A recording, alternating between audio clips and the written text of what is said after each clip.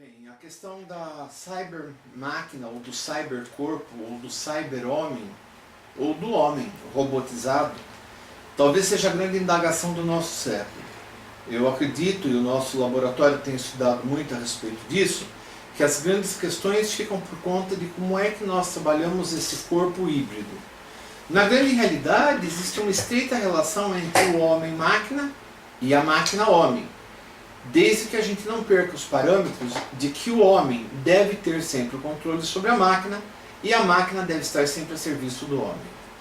Na verdade, o que nós vemos quando nós pensamos no corpo híbrido ou no homem híbrido é que existem alguns segmentos ou algumas porções corporais que são tomadas ou que são complementadas ou que são melhoradas, na melhor das hipóteses, com o uso de máquinas ou com o uso de elementos informatizados, robotizados.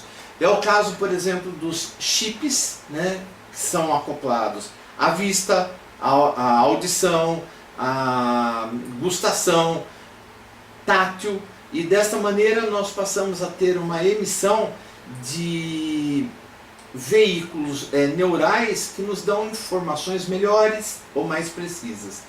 Quando eu disse chips, chips no plural, das várias porções, mas eu posso simplesmente ter um chip no meu olho, certo? Por perda de acuidade visual ou por qualquer outra perda.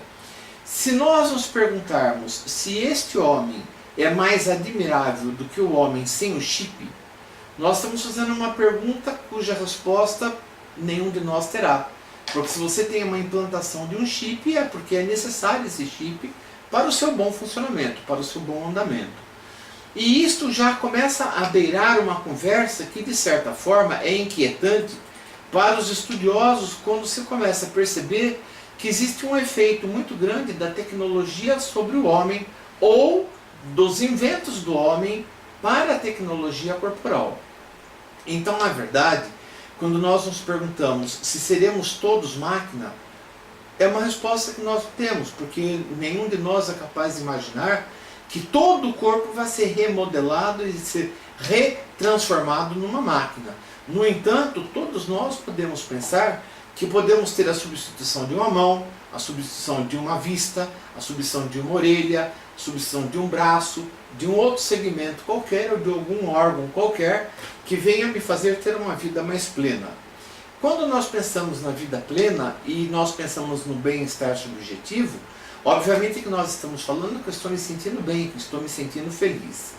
Então eu conversaria com vocês pensando, por exemplo, naquela questão daquela mulher que teve o seu rosto desfigurado por uma mordida de cachorro e foi reestruturado a sua face.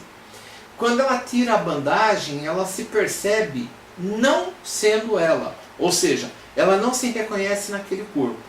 E ela passa por um trauma muito grande, tentando inclusive com que os médicos reformulem a operação e deixem-na com cicatriz. Na grande realidade, a questão aí é uma questão de enquadramento desta imagem corporal, de você verificar se você está satisfeito com aquilo que você tem, ou se você precisa de um complemento para se sentir satisfeito. Obviamente que aí sim estaremos falando do bem-estar subjetivo.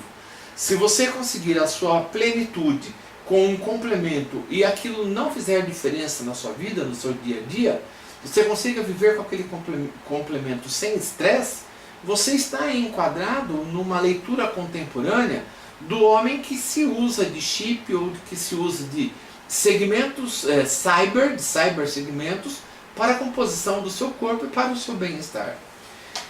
Por outro lado, o que nós também temos visto, e a discussão é grande na academia, e é em todas as academias, eu diria, porque daí nós partimos da educação física, da psicologia, da medicina, da fisioterapia, para algumas questões que nos aproximam a uma leitura ou uma fala da existência de uma psicotecnologia. Será que existe essa possibilidade de uma psicotecnologia? Então veja, se nós estamos atentos aos estudos da psicologia do esporte, e essa psicologia do esporte está voltada ao corpo humano tal qual nós temos hoje, e No século XXI, esse corpo humano vem pautado de uma série de transformações que vai transformá-lo num cybercorpo.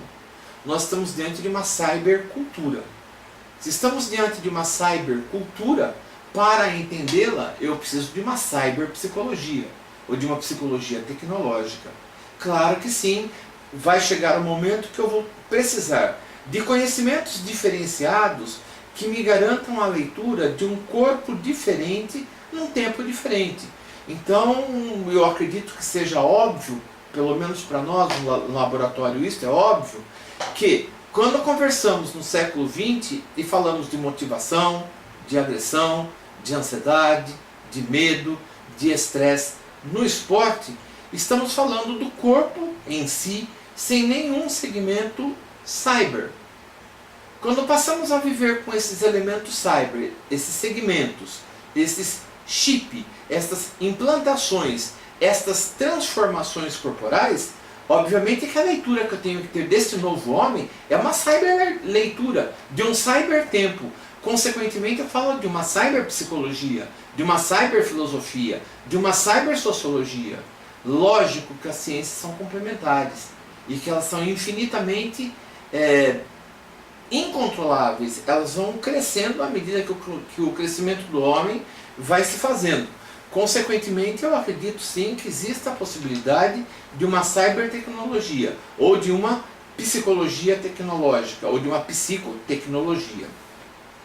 Aí nós esbarramos num grande risco, que é o risco que é denominado de narcose de Narciso, que é a questão do fetichismo que a gente vê, daqueles medos ou daqueles temores de que os homens-máquinas sejam superiores aos homens não-máquinas. A única coisa que é necessário que a gente tenha entendimento é que este homem-máquina é um homem complementado. Ou seja, ele teve uma amputação, ele teve uma perda. Consequentemente, não se está aí uma disputa de quem é mais. Não se disputa quem é mais capaz. Não se disputa quem é mais homem. Ambos são homens. Só que na leitura deste bem-estar subjetivo, cada um vai se sentir mais ou menos completo com aquilo que tem. Com o corpo real, sem nenhum implante, sem nenhum transplante, sem nenhum chip, sem nenhuma alteração. E o outro, muito necessariamente, talvez portador de uma deficiência ou de uma anomalia qualquer, precisou sim desse complemento para a sua plenitude, para sentir-se pleno. Se eu vou me reportar a este, que recebeu o complemento, e isto me amedrontar, eu estarei diante de um problema bastante sério, porque são pessoas de naturezas diferentes, são pessoas de corpos diferentes, e como tais pessoas de corpos diferentes, obviamente que vai ser necessário que cada um deles tenha uma leitura diferente, primeiro, do seu próprio mundo, do seu próprio contexto cultural, sociocultural em que vive, e do seu próprio corpo como seu elemento de identidade. Então a grande questão deste entendimento da narcose de Narciso é que existe a necessidade de eu entender o que é que eu quero do meu corpo, no meu contexto, no meu tempo. Óbvio que quando nós vemos as Paralimpíadas, nós vemos corpos totalmente transformados. Mas nós não precisamos pensar nisso. Nós podemos ver, por exemplo, um grupo de adolescentes tomados de piercing no rosto, nos braços, em toda a parte do corpo, um conjunto de jovens, um grupo de jovens totalmente tatuados, também são corpos transformados. Aqueles corpos também nos metem medo. Aqueles corpos também nos remetem a alguns cuidados que devemos ter quando estamos num relacionamento entre nós e eles. Obviamente que quem responder sim a essa pergunta deveria ter uma análise um pouco maior da questão social e da questão cultural a que está submetido e a que está se referindo quando faz esta relação corporal, certo? Vale a pena a gente lembrar que a base fenomenológica diz para nós que eu não tenho um corpo, mas eu sou um corpo. Então se o meu corpo me amedronta, alguma coisa não está andando bem comigo. E aí, avançando numa situação dessa, nós poderíamos chegar a um outro ponto de reflexão, que é igualmente interessante e conflitante. Que nós temos possibilidade de ver que o corpo fica num segundo plano e que ele vem sendo substituído lentamente por máquinas inteligentes. Então talvez a grande questão, ou talvez a grande sacada seja: será que um dia todo o corpo humano vai ser substituído por máquinas inteligentes? E deixaremos de ter o nosso corpo humano para termos um cybercorpo? Bem, obviamente que se eu tivesse a resposta a essa pergunta, eu pararia de estudar, pararia de dar aula, pararia de pesquisar e abriria uma tenda para responder às perguntas espirituais dos outros. Não tem essa resposta. O que eu sei é que o corpo vem sendo substituído, sim. O que eu sei é que nós estamos trocando os nossos segmentos, que por um motivo ou por outro sofrem determinadas avarias, ou que pelo próprio desgaste do tempo vem sendo removido para ser implantado em uma máquina, uma cyber máquina, um cyber segmento. E nesta questão, obviamente, eu tenho um cybercorpo. Se chegaremos ao momento de termos aquele corpo ideal, aquele corpo que ele é totalmente tomado pela máquina, eu acho um pouco difícil pensar assim, porque nós até então não temos a possibilidade de um implante ou de um transplante de cérebro. Então, que alma habitará aquele corpo? Partindo desse princípio, eu ainda acredito que teremos sim corpos híbridos. Sou mais desta opinião. Mas eu diria que o mais importante não é o fato de termos corpos híbridos, ou corpos máquina, cybercorpos, ou corpos modelados.